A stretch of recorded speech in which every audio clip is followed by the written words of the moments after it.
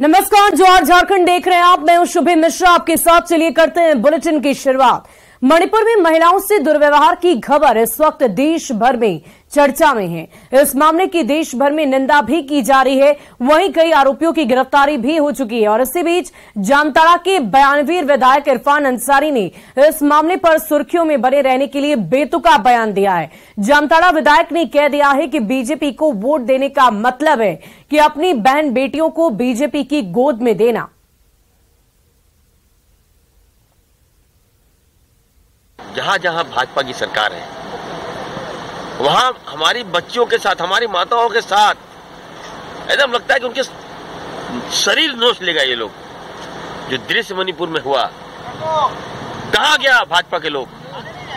क्या माताएं, बहनें उनकी अपनी बहन नहीं है क्या?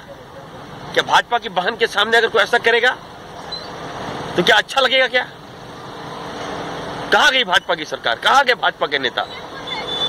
इस घटना से लेकर काफी आक्रोशित है हमारी जनता।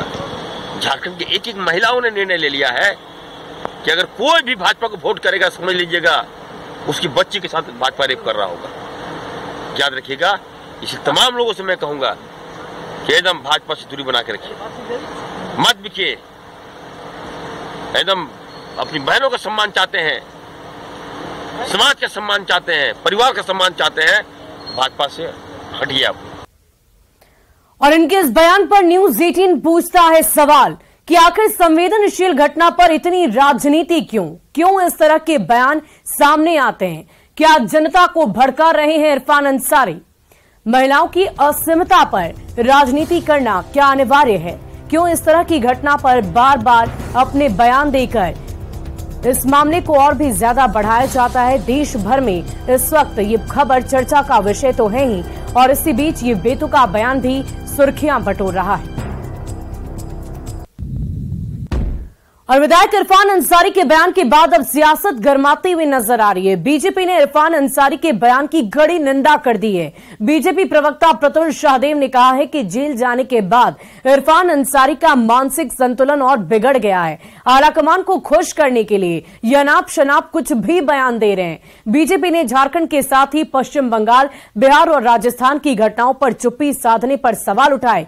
बीजेपी ने ऐसे बयान देने के लिए इरफान अंसारी की तुरंत गिरफ्तारी की मांग की है। जेल से लौटने के बाद लगता है इरफान अंसारी का मानसिक संतुलन पूरे तरीके से गड़बड़ा गया है, तभी वो अनाप शनाप जो भी मन में आ रहा है वो बोल रहे हैं। और ऐसे भी इनका पिछला रिकॉर्ड भी देखें तो ये अपने आला कमान को खुश करने के लिए कुछ भी बोल दे रहे हैं। खास करके जब से इनकी गिरफ्तारी हुई है, ये अपनी लॉयल्टी साबित करने के लिए कुछ भी बोल रहे हैं, और ये बहुत निंदनीय है।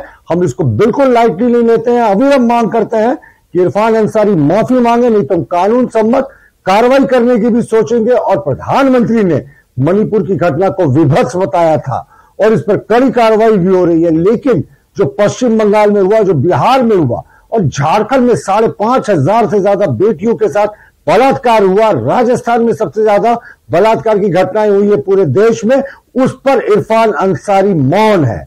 जाहिर तौर पर ऐसे जिहादी मानसिकता वाले लोग सिर्फ और सिर्फ नफरत की राजनीति करते हैं और सिर्फ देश में सांप्रदायिक उन्माद फैलाना चाहते हैं। हम मांग करते हैं कि ऐसे बयान देने के लिए इरफान अंसारी की अविलंब राज्य सरकार गिरफ्तारी करे और कानून सम्मत कड़ी कार्रवाई करे। वहीं जेएमएम प्रवक्ता मनोज पांडे ने इरफान अंसारी के बयान को गलत बताया है। मनोज पांडे ने कहा है कि इस तरह की भाषा से पब्लिक में परहेज करना होगा। वहीं ये भी कहा कि अगर उनकी ओर से भी ऐसा बोला जाएगा तो फिर बीजेपी और उनमें क्या फर्क रह जाएगा। उन्होंने इरफान अंसारी के शब्दों को आपत्तिजनक करार दिया है। जो भी इरफान जी ने बोला, बोलते बोलते बोलने के क्रम में रॉ में जो एक बातें बोली, वैसी बातें उनको नहीं बोलनी चाहिए। ये हमारा व्यक्तिगत मानना है। इस तरह की भाषा से परहेज करना चाहिए। हम लोगों में और बीजेपी वालों में अंतर क्या रह जाएगा? हम लोगों को एक शुचिता दिखलाना होगा, समाज को भाषा में, वाणी में संयम बरतना होगा, ऐसा मेरा मानना है। आप भी एक जनप्रतिनिधि हैं, वो भी एक जनप्रतिनिधि है, पर ऐसे पब्लिक में स्टेटमेंट्स देना लोगों के प्रति, तो ये कैसा है? आप इसको क्या? नहीं, देखिए, जो एक दो लाइन बोला गया है वो तो आपत्तिजनक है। उस तरह की भाषा का प्रयोग नहीं करना चाहिए। और मणिपुर में हुए हादसे को लेकर राजधानी रांची से लोग सड़क पर उतरे हुए हैं और 150 से भी अधिक लोगों ने मानव श्रृंखला बनाकर शांति का संदेश दिया है। लोगों ने मांग की है कि ऐसी घटना फिर देश में किसी भी हिस्से में ना हो। वहीं जल्द से जल्द मणिपुर से महिलाओं को सुरक्षित किए जाने की भी अपील की है।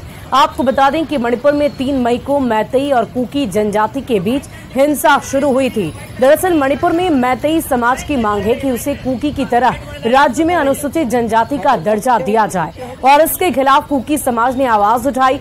आदिवासी एकजुटता रैली निकाली, जिसके बाद बात विरोध और हिंसा तक पहुंच गई।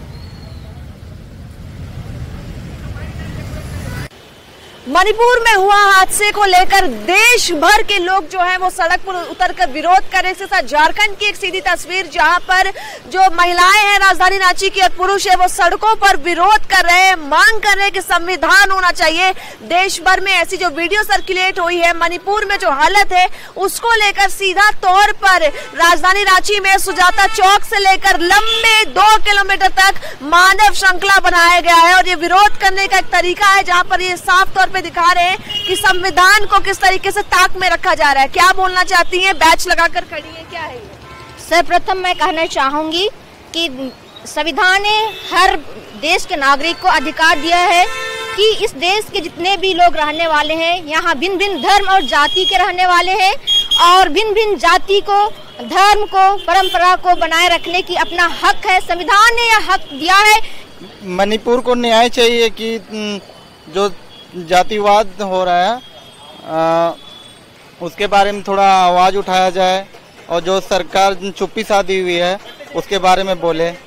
हम लोग यह चाहते हैं कि शांति व्यवस्था बनाई जाए, सब मानवता के प्रति अपना जो कर्तव्य है उसको करना चाहिए। तो सीधी मांग झारखंड की महिलाओं की कि जो मानवता है उसके प्रति केंद्र सरकार भी तत्पर रहे और जितना भी यहाँ पर जो हो रहा है मणिपुर में उसको जल्द से जल्द रोका जाए और पूरे देश में शांति बनी रहे। तस्वीर पीछे की जहाँ पर आपको महिला काफी ज्यादा दिखाई देंगी। पूरे सड़क पर राजधानी रांची में जो श्रृंखला है मानव श्रृंखला वो बनाया गया है और ये विरोध करने का एक शांतिपूर्ण तरीका है जहां पर लिखा है दोषियों पर कार्रवाई हो।